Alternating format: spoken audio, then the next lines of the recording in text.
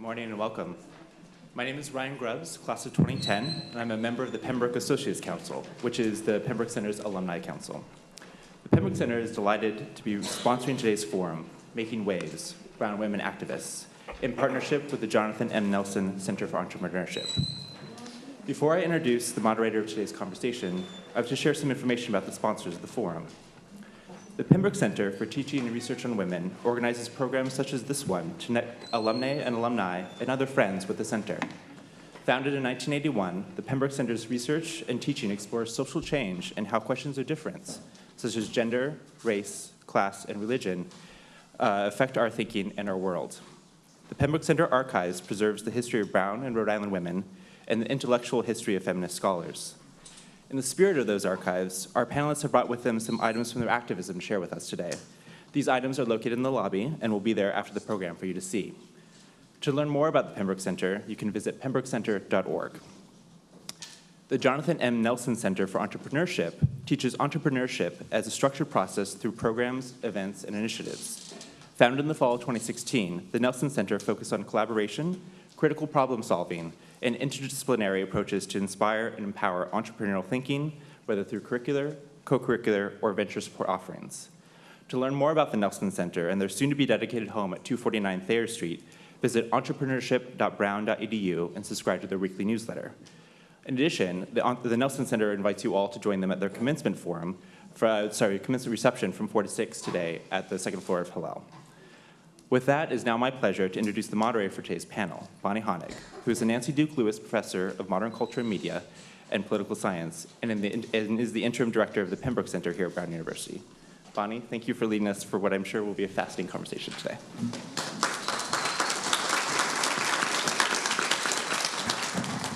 Okay, I'm going to be brief because look who's here. So thank you, Ryan. I want to give, first of all, a huge shout out to Martha Hamblett, who characteristically is sitting in the back of the room anonymously, but we won't let her do that. She's the Pembroke Center staffer extraordinaire who had the idea for this panel and made it a reality, which means a lot of hard work happened behind the scenes. So please join me in applauding her. I want to say thank you also to the Nelson Center for co-sponsoring, and thanks to the panelists for being here to talk about Brown women's activism. We have with us Johanna Fernandez, in the order that they're sitting in, I'll say Nancy Northup, class of 81, and also a recipient this year of a Brown honorary degree.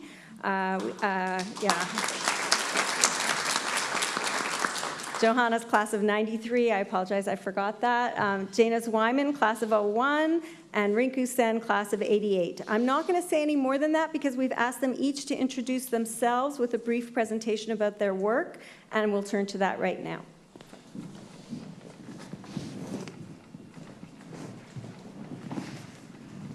Okay, so we've been asked to speak for 5 minutes, and I am the most long-winded person in the world, but I've prepared 5 minutes. This was a very difficult talk for me to think through, or even conversation, in part because I am now a woman of a certain age, if you know what I mean, women. And I feel like I'm going through a transformation in my worldview. And also I'm a professor of history, and we don't talk about our personal lives. So I was like, how? So this was hard. I grew up listening to stories of poverty, dictatorship, and US invasion in Latin America. At age 5, my father was orphaned in the Dominican Republic. At 18, he paid someone to teach him to read and write minimally so he could join the Navy. Before long, he was assigned to man the ship of the US-backed dictator, the Generalissimo Leonidas Trujillo. Amidst a popular underground uprising, that's like a contradiction in terms, amidst a popular underground uprising under dictatorship, Trujillo was assassinated in the early 1960s. But when Dominicans voted into office their first democratically elected president, the US military invaded the island nation. It propped up Trujillo's vice president and a civil war ensued, and many radicals were killed. In order to diffuse a mounting revolutionary situation, the United States Embassy started handing out visas like hotcakes. Like millions of others who have been driven out of their countries by US political and economic intervention, in 1968, my father immigrated to the Bronx, where I was later born and grew up. My father has never been an organized radical, by which I mean someone who seeks to address the root causes of social problems and is committed to the just transformation of society. I'm giving that definition because that definition was mangled yesterday in an event sponsored by the Pembroke Center. My father is not a radical, but he's always been a radical philosopher of sorts. And this is the kinds of things that he would say, because of course he grew up in poverty and was orphaned. How can so few have so much, and so many so little? I took all of this to heart as a child. So at 17, when I was given the option to travel to the USSR or Spain on a paid school trip, guess where I went? Because my father witnessed the disappearance of radicals in the Dominican Republic, I need that clicker.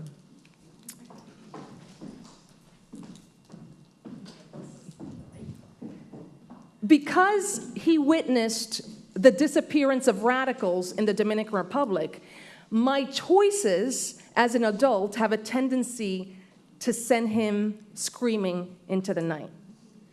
So I have long been involved in the movement to free Mumia Abu-Jamal, someone who the Fraternal Order of Police calls a cop killer. He was on death row for 28 years. He's a former Black Panther, one of the most famous prisoners in the world, has written many books from death row. An international movement saved his life in the 1990s, and he was not executed. He's still in prison. Did I say that the cops call him a cop killer? I believe he's innocent. And like many other people in prison in the United States, he was wrongfully convicted.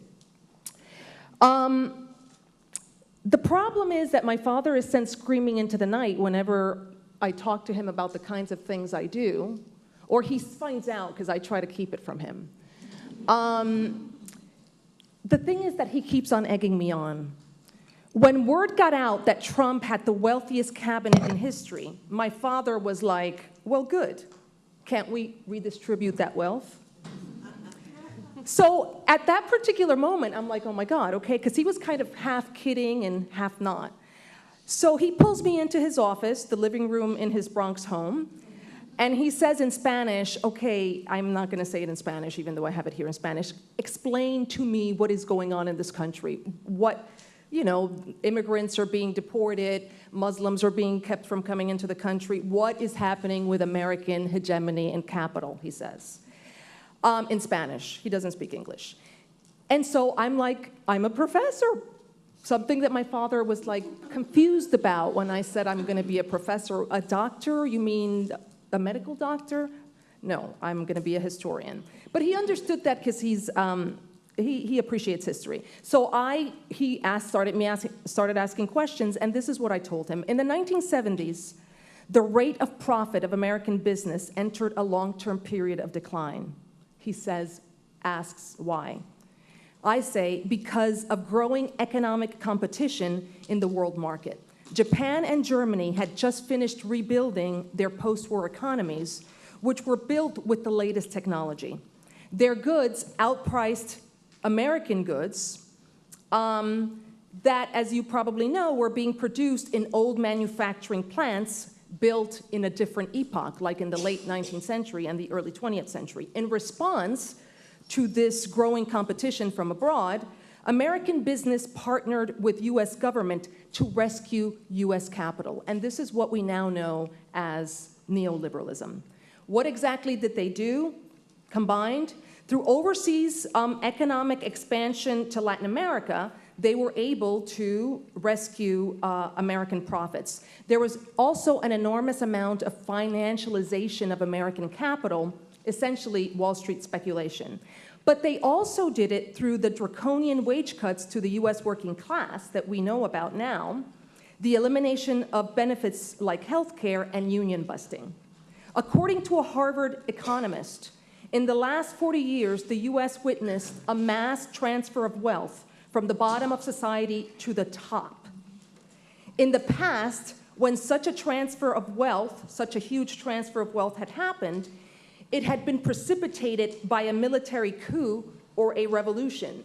In the United States, nothing happened. How did the American ruling class prevent a massive uprising of the American people? US politicians of both parties have dangerously manipulated fear and used the politics of crime to win votes and shift blame to people of color for the problems of US society. For 40 years, they have quelled the deep economic anxieties of white Americans by focusing exclusively on law and order, welfare reform, anti-immigrant legislation, and the fight against terrorism. As we all know, these are all code words for acceptable racism in the aftermath of the civil rights movement. So for 40 years, what we see happening is that amidst worsening economic conditions today, a small but significant minority of the white population decided to vote for an outsider, and I'm going to end in a minute. This right-wing offensive has been in the making since the 1960s. It began with a government-led campaign of homicidal repression against black radicals that criminalized black dissent and destroyed the US left. The reason why the African-American struggle, the black freedom struggle in this country is so important is because at every moment it has stretched the nation's conception and definition of democracy. One of the people who was arrested during this period because of his activism and his membership in the Black Panther Party is Mumia Abu-Jamal, and these are some of the people I work with. Radicals are dangerous because we argue that oppressed people share more in common with the oppressed people of the world, with Palestinians, with the bombed people of Iraq and Afghanistan, and with white workers, however unreconstructed, than with politicians who look like us, or even you. And that, as Martin Luther King has said at the end of his life, an edifice that produces beggars needs restructuring. I have tried to live a life of courage like my father, and I have tried to fight for the highest aspirations of society. Thank you.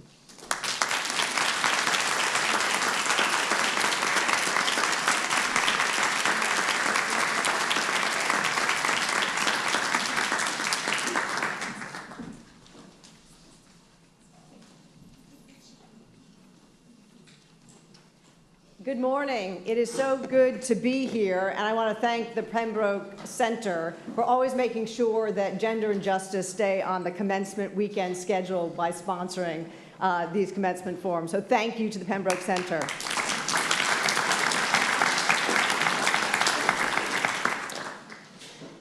So we were asked to talk about ourselves a little bit and why we became activists and if Brown had anything to do with it. And I'm a lawyer, and we also don't talk about ourselves, so I too found this difficult to do, but I will give it a shot. So I would say Brown had a lot to do with my becoming an activist. In fact, it had everything to do with my becoming an activist, because it was at Brown that I became an activist. Now, I came here with my values, and they were just mobilized when I got here. And my values, which came from my religious beliefs, I was raised and still am a Unitarian Universalist, and I grew up around the country, and everywhere we lived, that was our one center. Always a new place, Texas, California, born in Indiana, Western New York. But the Unitarian Universalist Church taught me to respect the inherent worth and dignity of every person. And the struggles that were going on when I was growing up, the struggles for racial justice, the struggles for women's justice, were ones that were really important to me. But, you know, in high school I was a cheerleader and, studying and doing that kind of thing. But I got to the Brown campus, and the issue that was really gripping campus then was the issue about Brown's investment in companies that did business in South Africa. And the South African Solidarity Committee, I think I joined, I don't know, my first week, maybe freshman week, and that became the central point for my thinking about how am I going to become active on my values. And by mid-year, we were talking about taking over University Hall, which we did, and the next thing we knew, my picture was on the cover of the Providence Journal with my other sit-ins in University Hall. And that was the beginning of activating my fundamental values. And I went on to do it a lot with women's issues when I was at Brown. I was lobbying down at the State House. And after college, I worked for a while. Everybody has to have a first job. But then I left it after about 18 months. It was the ERA Countdown campaign. And I wanted to really be part of that. So I volunteered to do work on the ERA Countdown campaign with the National Organization for Women, and also studied acting and did all those other fun things that you do when you're in your 20s. And that began what was then, 30 years plus of activism, which is still part of my life today as the head of the Center for Reproductive Rights. But the thing I also wanted to know, the question they also asked us, was it somehow inevitable that this would happen, to us, to become activists? And for me, the answer was, part of it was yes, which is what I just said, which is the values that have been central to my life. But part of it was really no. And the no part is about my personality and just who I am as a human being. I am a fundamentally shy person. I was so painfully shy as a child that I wouldn't speak to my grandmother for the first several days when she would come to visit. And even in college, it was a panic to me to think about answering a question in class.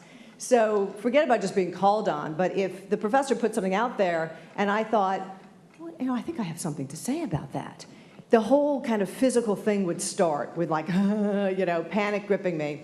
And 9 times out of 10, I didn't put up my hand. So, I'm conflict averse, which is kind of a weird thing to be if you're an activist. I don't really like making people uncomfortable on airplanes when they ask me, what do I do?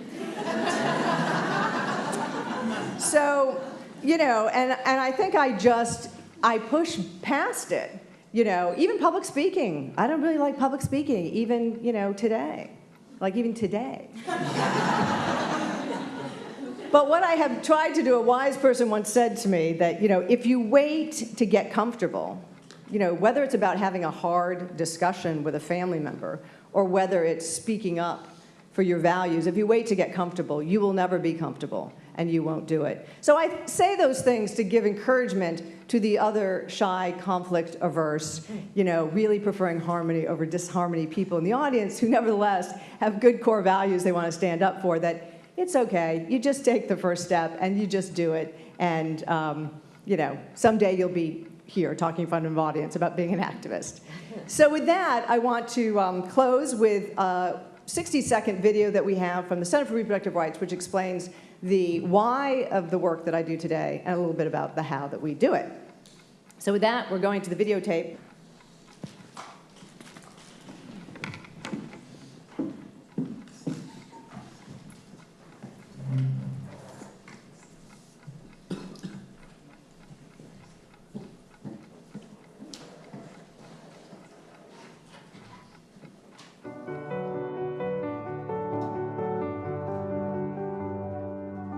There are certain things we expect to be able to decide.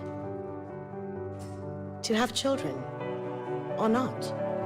Whether or when to get married. To decide for ourselves how we take care of our bodies and our lives.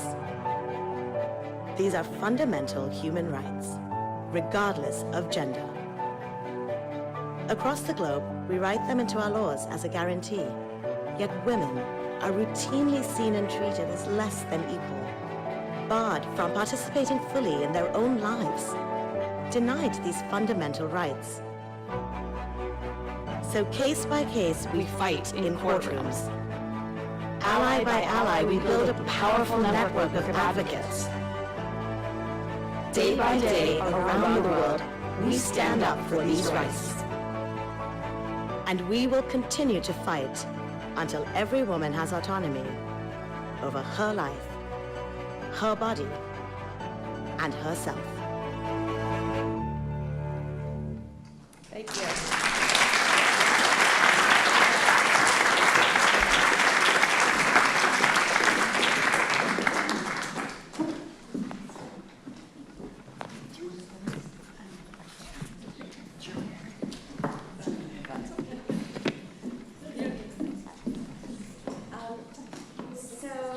If I stand behind the podium, you won't be able to see me. And so I think, is it okay just to use the handheld mic and stand over here? Yeah. Okay, great. I have a few notes. Hi, everybody. I'm Rinku. So excited to be here. Pembroke was the campus I lived on when I first got to Brown, so anything with Pembroke reminds me of my first year. For me, becoming an activist was not at all inevitable. My family came to the States when I was 5 and a half in 1972, and we lived in white factory towns until I came to college.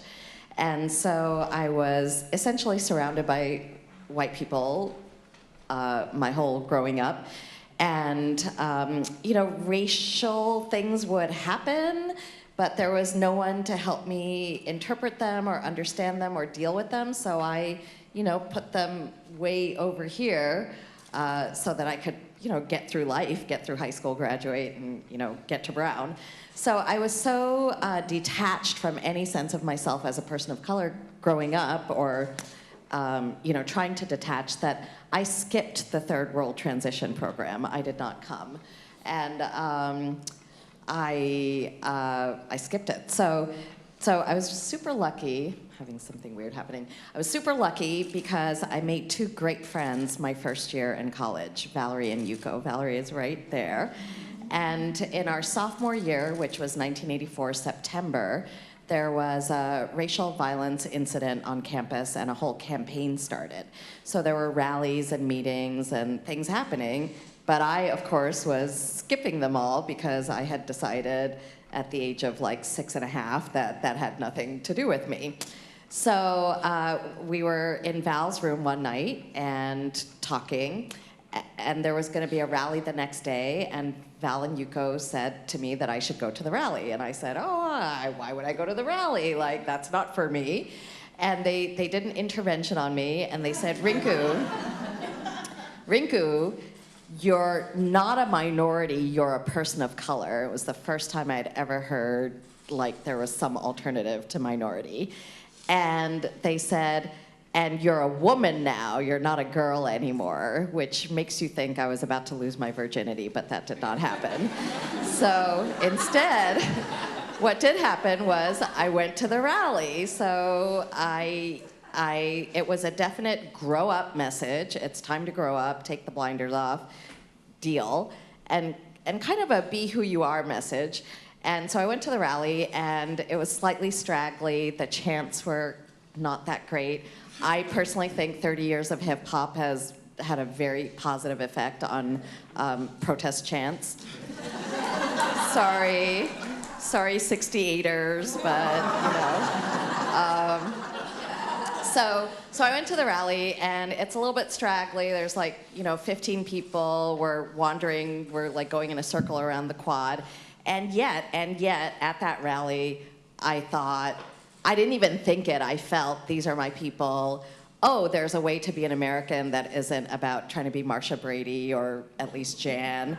And these are people who are being Americans by investing in their community, by getting with all the other people around them and working to make that community the most effective, most inclusive community that it could be. So I left college. I organized all throughout my college time. I organized in the national student movement. I left college and became a community organizer, worked for 12, 14 years on racial justice and economic justice campaigns around the country.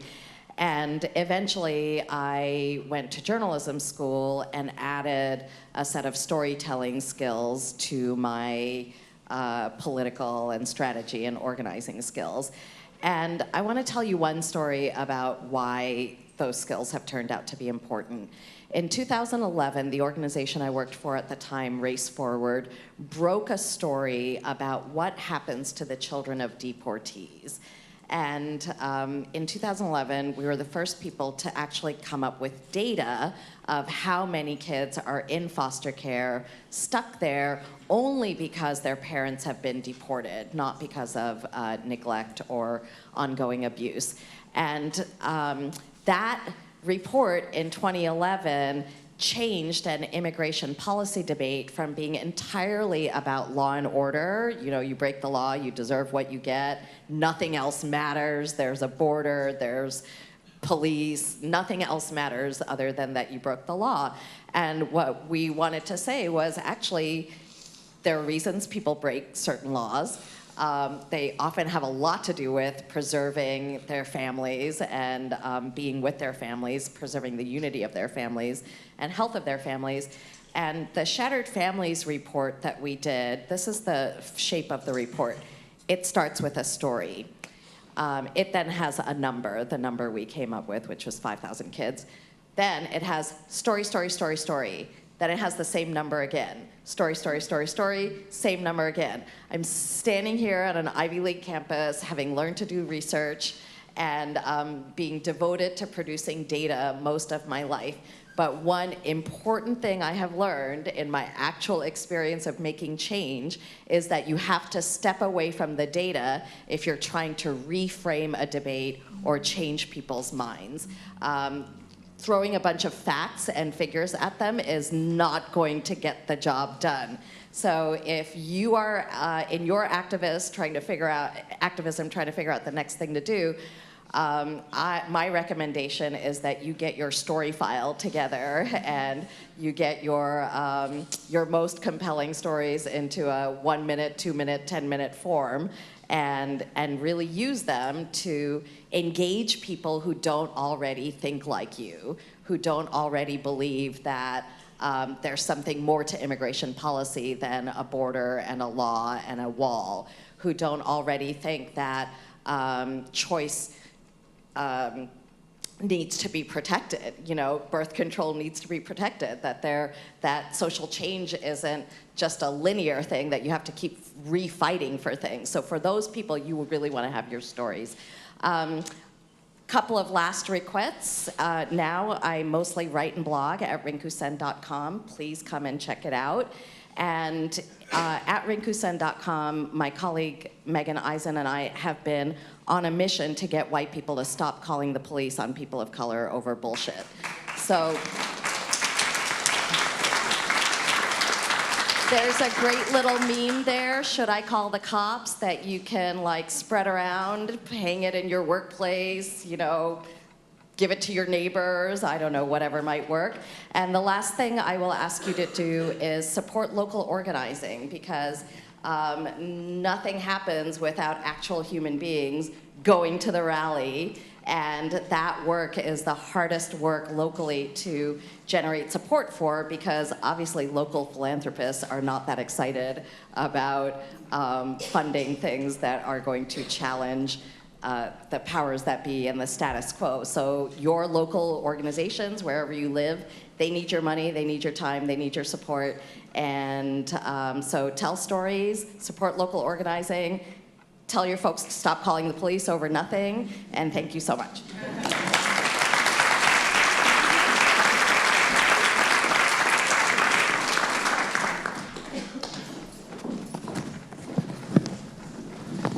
Hey, my name is Jana Zwyman. I'm class of 2001, and in terms of this building, this is where I spent most of my time at Brown.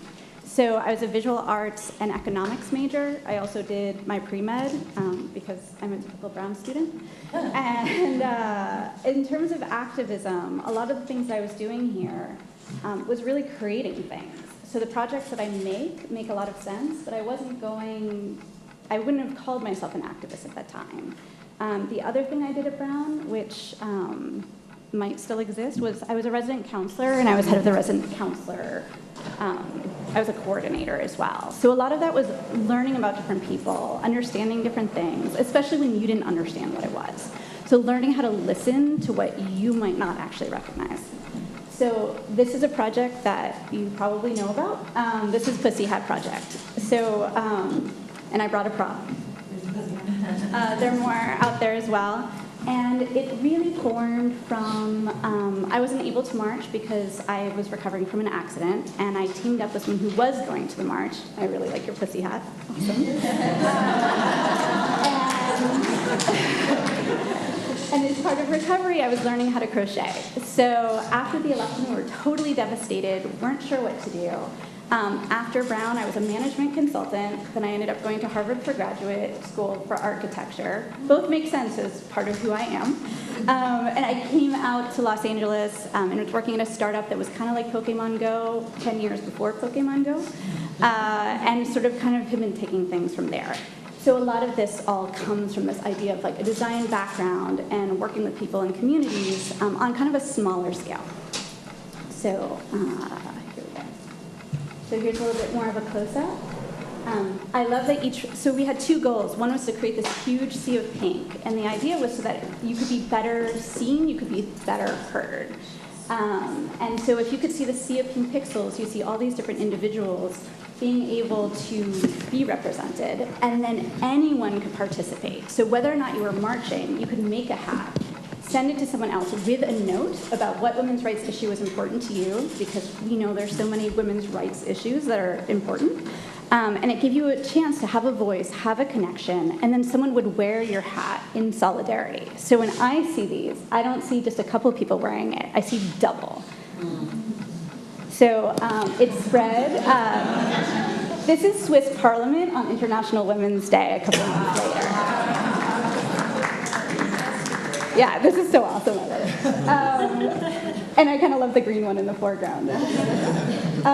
So this is also sort of that idea of the sea of pink, sort of people coming together, sort of from above in this drone view, but also the individuals. There was this family in Reston, Virginia. We had this whole distribution pattern, and we knew we couldn't get 1 million hats to the march as just a small group of people in Los Angeles. So sort of as a last resort, you could send it to this phenomenal family who transformed their basement into this like collection station. And the whole town got together. This is them. This is my local knit store. People are coming in for the first time. There were regulars. People came in to get hats. And this is one of the examples of the notes. So as you read it, it's a little bit longer. Some people would write a ton of stuff. Some people would just kind of send something along. But it was really just so beautiful to learn. And from that house in Reston, Virginia, one of the mothers told me that she had this neighbor who just comes to help because that's what neighbors do.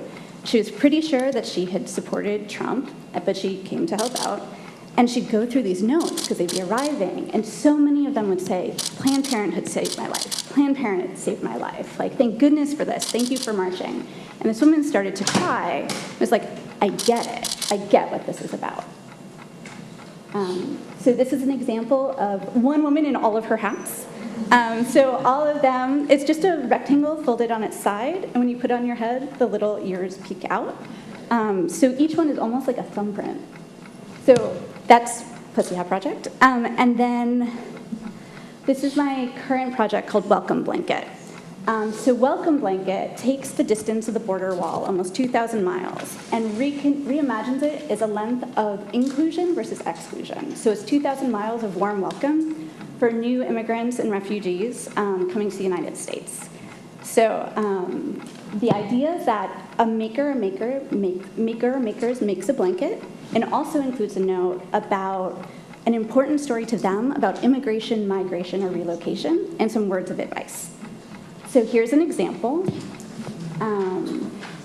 The main design guideline was that you could make it in a way that you wanted to receive it.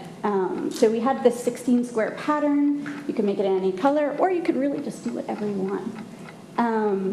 And so this is another example of a note. And it's been absolutely incredible. They were shown together at the Smart Museum of University of Chicago. And we're about to start next week at MODA Atlanta, so you can still participate. So get making on some blankets. And then this is a smart museum. So these are volunteers who are coming in to catalog all the notes. You can see them. You can see all the blankets. We're working on putting all the notes together in a really good readable form. On welcomeblanket.org, there's a gallery space, and we collected over 3,500. So we reached our goal the first time around, and here's what our catalog looks like. And we started with an empty gallery and just started stacking. So it was this incredible space where you just felt love. It was incredible. People kept sending them in, so this was closing day, and there were still all these boxes to go through. And here's part of it, and I really liked the stuffed animal in the back corner. And there we go. Thank you.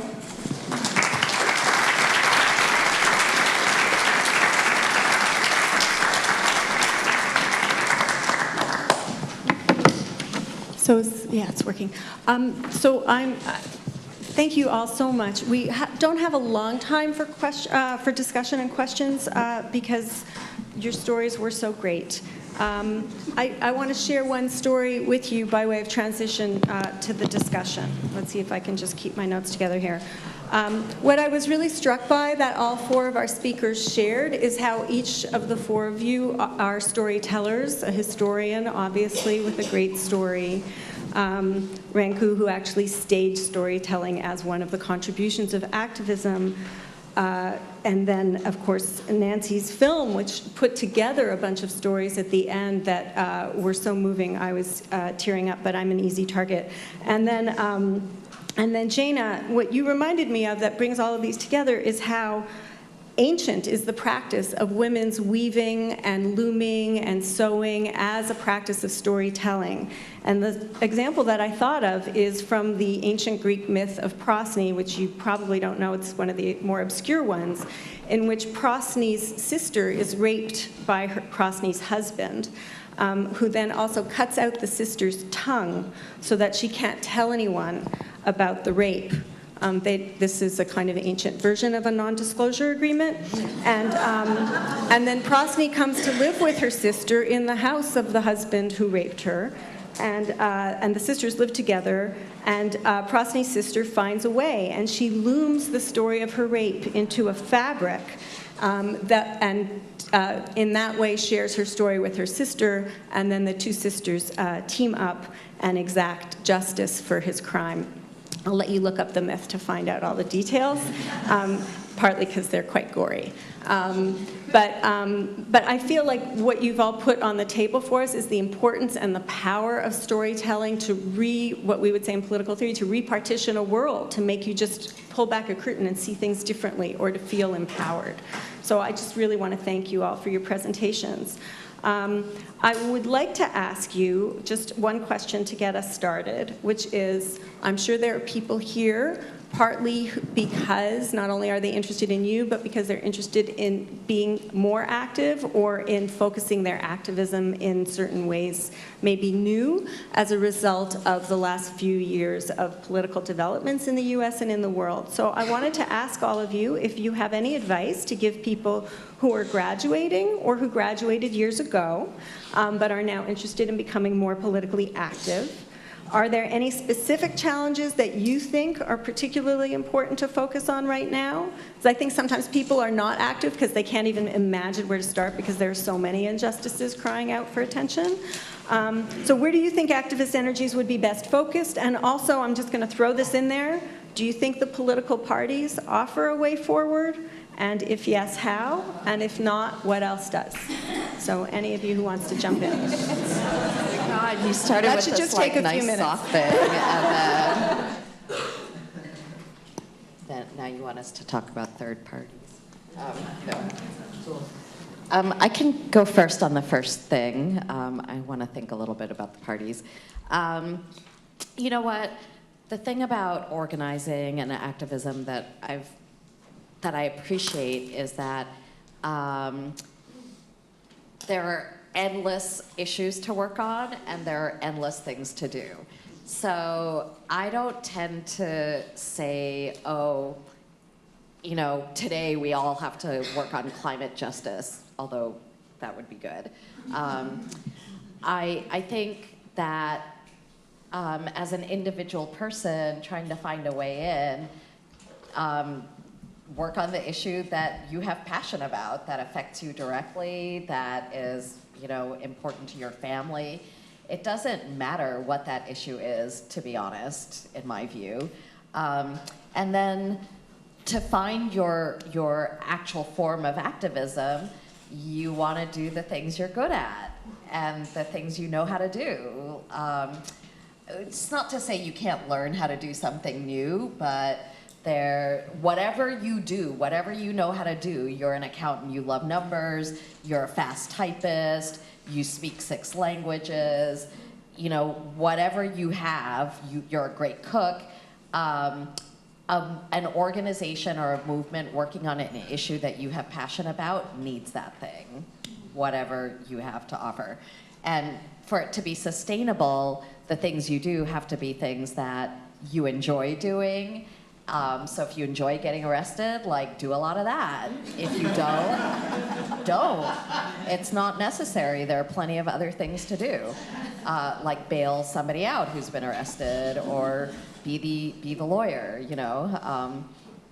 So an issue that is important to you, that is an important issue, whatever it is.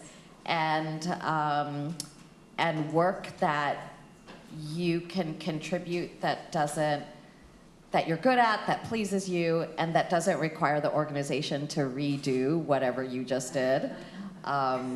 Like, learning is okay, but don't make people redo the thing you did wrong. If you're learning, get adequate instruction. But there's a lot to do, and you could all start, like, tomorrow.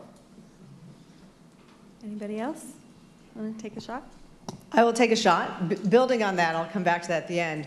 The question about political parties, I mean, first of all, I'm sitting here, my husband, Jim Johnson's with me, and he ran for governor in New Jersey last year in the Democratic primary. So I certainly am not going to say that working within the political system is not something that people should do. I think related to what you just said, if you're someone who is willing to step forward that way, it's important to do that, because if we don't have good people who are running for office, then we will have other people running for office. But I think to do it with a sense of understanding that political parties are not like moral agents in the world, and they do organize around sets of you know, platforms, but they essentially exist, whether in the United States or anywhere, they essentially exist to get power.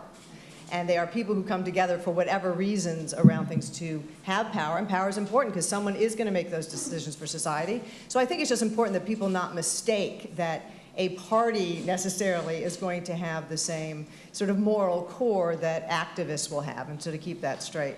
And I would just want to say, I always like to carry with me, both my husband and I do, this quote from the theologian Howard Thurman, which goes to your point, which is that don't ask what the world needs. Ask what makes you come alive, and go do it.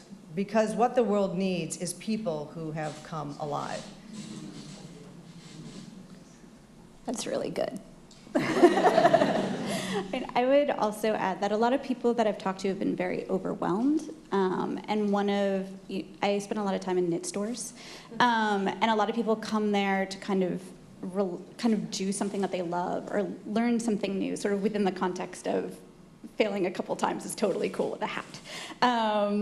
And so I think also remembering that there are a lot of different kinds of personalities, and there's not one way to be an activist. So being an activist, you can be a complete introvert, and that's fine. There's space for everyone, and it takes all different types of people. And one person came up to me who had done a lot of He was not yet an American citizen, but he wanted to do a lot of canvassing, so he didn't feel comfortable going door to door. So instead, he cooked for like 10 people every night. So when they came back, they had all been canvassing, and they came home to this nourishing meal that allowed them to go back again. And it's so easy to just think that you have to be the one at the protest, or you have to be the one writing the letters, or you have to do this or that. But really, it's, as Rinku said, is finding the thing that you love, or the thing that makes you come alive, and give that. It'll also give you a lot more energy to keep going, too. Johanna? I was thinking here that when Trump was elected, there was a sense in the country that what we do matters. And I don't know that that urgency has persisted. I think that part of what the country needs is not a conversation with activists, but I think that we, as people who live in the United States and as citizens of the world, need to redefine democracy. What does it mean to be part of a community? What does it mean to be part of a city, a country, and the world? And are we going to let things happen to us, or are we going to happen to what's going on in front of us? History suggests that all activism, all movements are local. And if you think of movements and activism and organizing as local, then that changes the sense that some people are activists and some people are just, what? Hangers on. I agree that we should do what moves us, but you can do what moves you if you're afforded the luxury to do what moves you. There are some people who are fighting for their lives because they don't have another choice. So my advice is to everybody, whether you consider yourself an activist or not, is to consider what democracy means to you and whether it's important enough for you to defend free speech, etc. When we talk about activism and what you should do, I think that the question of what do you want to achieve is critical. I think it's important to shift consciousness ideologically through stories. In fact, one of the books I brought for you to look at is Story-Based Strategy, How to Win Campaigns and Change the World. So I kind of feel that we need to build a culture of resistance in this country that's going to shift consciousness and ideology, and that can come in all kinds of different forms, writing, etc. But if you want to produce change in a definitive way, we have to build social movements, and social movements are built by organizations. Doesn't happen without it. This gathering here, which is not a movement, took a lot of work. So in the United States, because of the history of McCarthyism, the notion that you should join an organization is anathema to your identity as an American. But if you look at any change, from the American Revolution to the Civil Rights Movement to the movements of the 1930s, the labor union, there would not have been a Martin Luther King without the Southern Christian Leadership Conference. There would not have been a Malcolm X without the Nation of Islam. The Student Nonviolent Coordinating Committee was critical to the anti-war movement because there were organizations. So organization and discipline and commitment is critical to change, because change happens through struggle. I mean, their history, think about, and I'm going to end in a minute, think about Black Lives Matter. Black Lives Matter, the issue of police violence has been longstanding in this country. The most depressing struggle in the world. People took to the streets, rioted, and now everybody's talking about the cops. Social movements change society and change consciousness. We need to join organizations, and we need to be committed to change in organization, because struggle is hard. And you need a community of like-minded people who share your values and your vision of a new world to sustain you.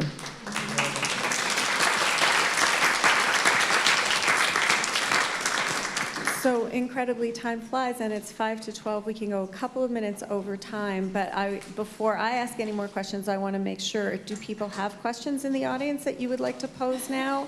We can collect a couple and then give everyone a couple of minutes for a closing response. If there are such people, there are microphones in the aisle, and I'm waiting to see you approach them. I'm giving you about 10 more seconds. And there's our first one. Good. Hi, thank you so much for coming back and gracing us with your wisdom and presence. What I wanted to ask is sort of how you all have seen, I mean, some of you during your talks have alluded to this, but like how you've seen your activism change over the years, and how that's manifested, any other thoughts and reflections on it, and where you see yourselves, I guess, moving forward. Can I just say that that's a great final question? It is. Thank you so much. And it partly really does have to do with something else we were going to talk about, which is just whether you've encountered any things during your work that made you shift course at all, or that you learned from, in terms of criticism or something that you encountered. And most importantly, where are you going to be tomorrow or the day after? Like, are you continuing with what you're doing right now, which is a great place to be, or do you have plans to shift in the future? So I hope I didn't betray, but just recapitulated your question. And I invite each of you to give us a response, please, and then we'll probably end up closing. So final words? First. Okay. Sure. I didn't mention Students for Aid and Minority Admission, a massive student movement here at Brown. 1,000 students took over University Hall in 1992, and I was one of the leading members of that movement, and that was a movement for need-blind admission. Prior to recently, Brown's policy was need-aware, and by the way, I found an artifact from that period, this little flyer that we created that says, you're invited, but you can't pay. Mm-hmm. So, I started as an activist, and I don't know what I think about that term. I'd rather be an organizer, because organizers are consistent, but my life is not conducive to being an organizer. I'm part of an organization, and I work on campaigns. But I think that what changed from Brown to being in the world was organization and consistency. So for me, this is what I do. This is a way of life. I am involved every week in some kind of event strategy with the same organization. We're working toward a goal.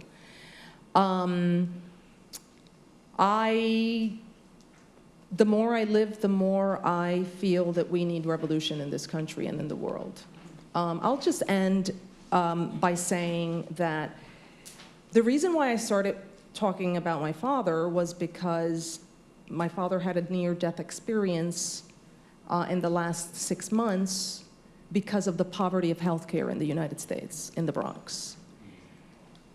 And that very reality, that he lives in the Bronx, but I just talked to a friend of mine with whom I studied at Columbia, where I got my PhD, whose father, she's a moneyed person, whose father went into the hospital and he died because of the US healthcare system.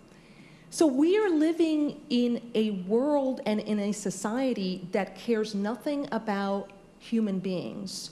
We're living in a moment when environmental devastation is before us and war seems to be around the corner, and we are sitting in the lap of luxury here today, but the world is in crisis, and capitalism is in pursuit of profits and exploitation by hook or crook. And it's going to use racism, homophobia,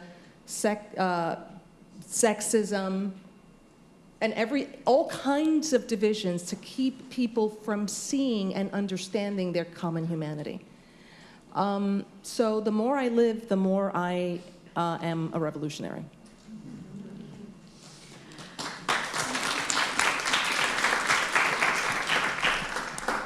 So thank you, each of you. If you want, anyone who wants to say anything final to start to close us out, then I'll say a final thing.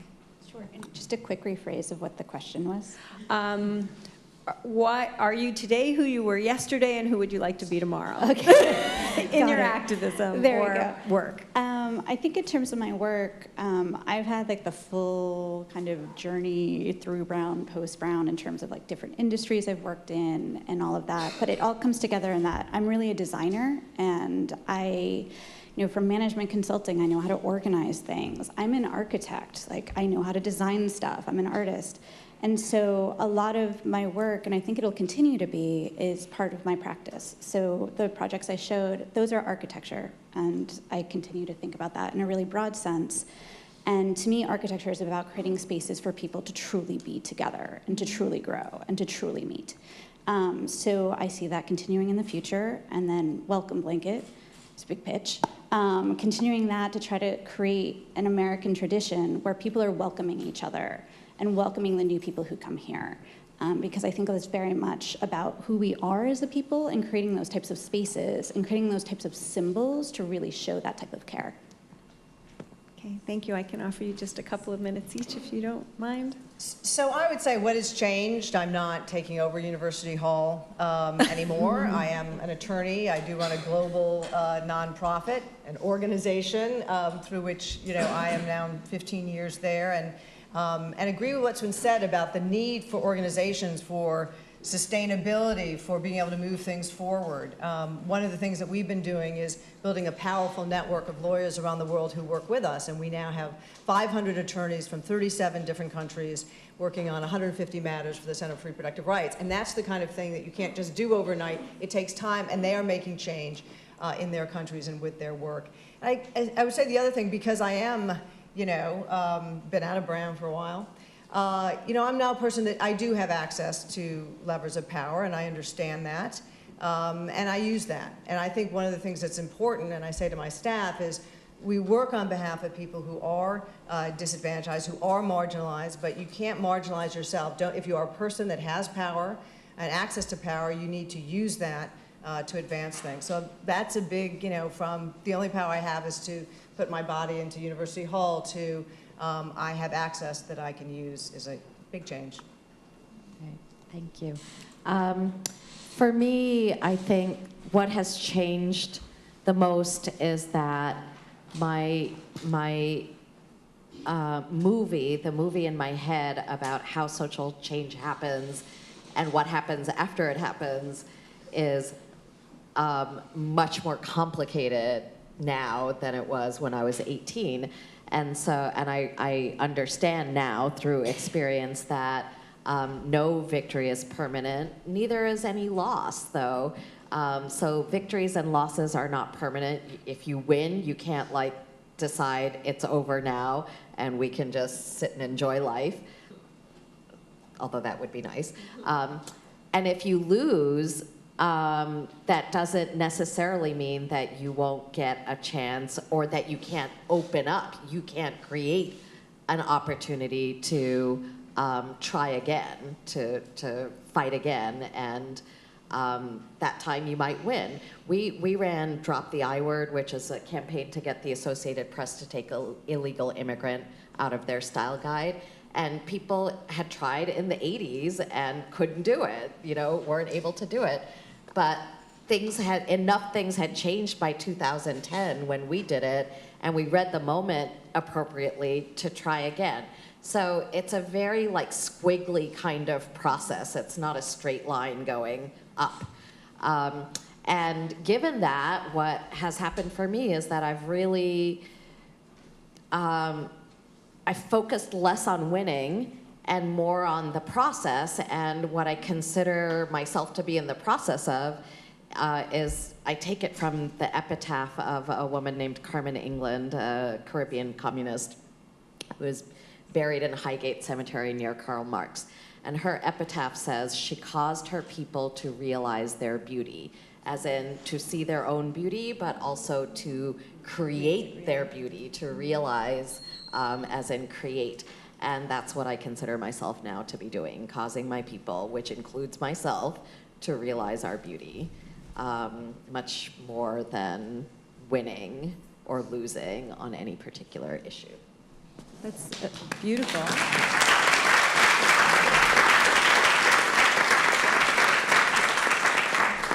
Thank you. That was lovely. All of you, thank you so much. I would like to note in closing this all-woman panel for Pembroke that sister sideways spells resist, really. It's an anagram, same letters, different order.